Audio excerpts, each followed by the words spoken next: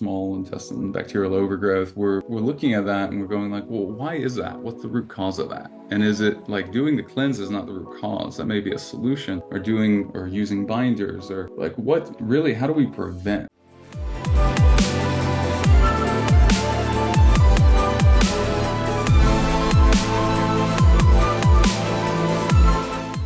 How nutrition becomes diet becomes personality.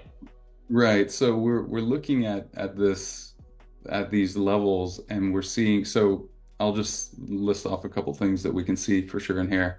We can see hypoglycemia, which certainly becomes like, I don't know, she's hangry all the time. I don't know what to do. Like I love her, but we got to keep her fed. We got to keep her fed.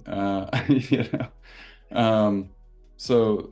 And that becomes habit at some point, and that habit becomes personality, and that personality, I think we'd all agree over time becomes destiny, right? It's who you continually show up as, and that when you walk in the room, we go, oh, hey, Ari, I'd love for you to meet this person because I think that you guys would connect. What's that based off of? That's based on how you show up currently, day after day, and that's other people's experience of you. That's completely driven by nutrition. So that part, that connection became obvious to me, and I became really interested, really fascinated in this personality of elements, really, and also that you see masculine and feminine aspects too.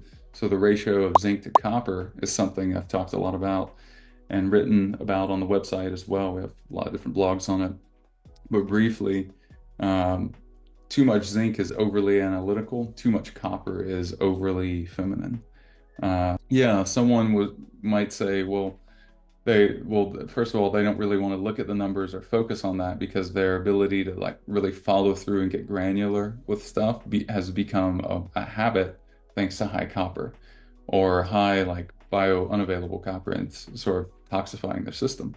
So that is one thing probably that I'm slightly different in the focus. I'm not sure what Morley would say about that. I don't know what his stance is, but it does seem that through hair analysis, there's an issue with copper toxicity as well, and that is likely due to just different times where we got too much all at once. The body's going to do something with it.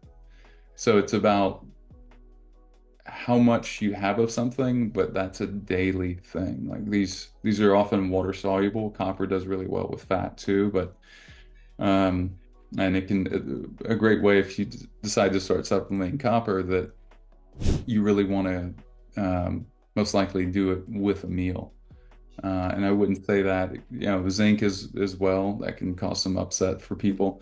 You said do it with a needle, so you're talking about copper and No, zinc injections? Is that no, with a meal. Sorry. with a meal? I thought you said with a needle. I thought you were advocating injections of these minerals. Okay, good. I'm happy to hear No. that I misheard that.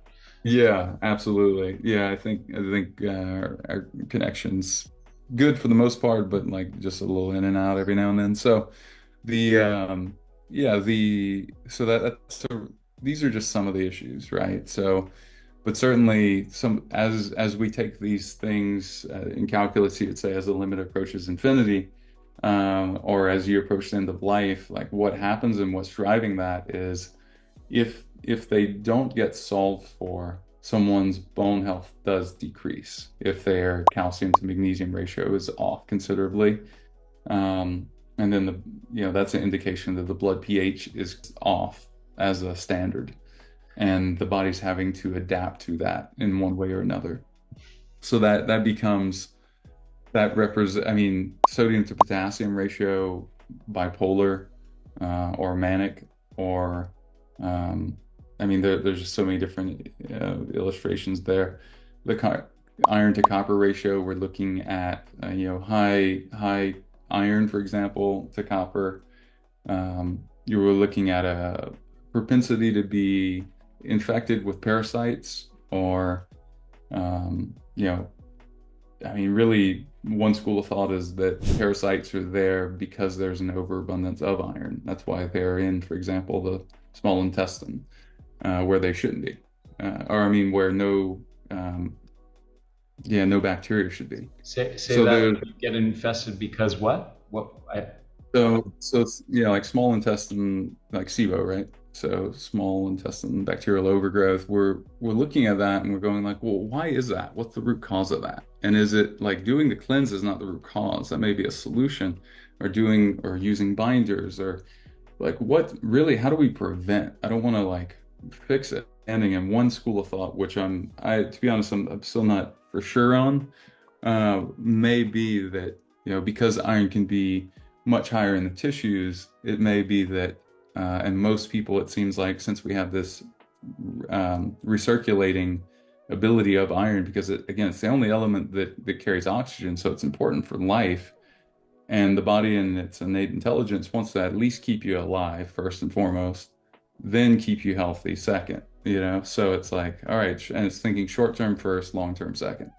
So, that's why it's pulling to buffer the pH in the blood. Same thing with SIBO. You have a extra iron, well, bacteria is in there feeding on it. Maybe as a way to like remove it over time, maybe because that's the lesser of evils. I don't know. Maybe it just seems like there is an innate intelligence in almost every aspect that we look at, and the body is doing its best and it is brilliant. And we just need to support it with the right elements, and we need to support it with the right habits and the right lifestyle.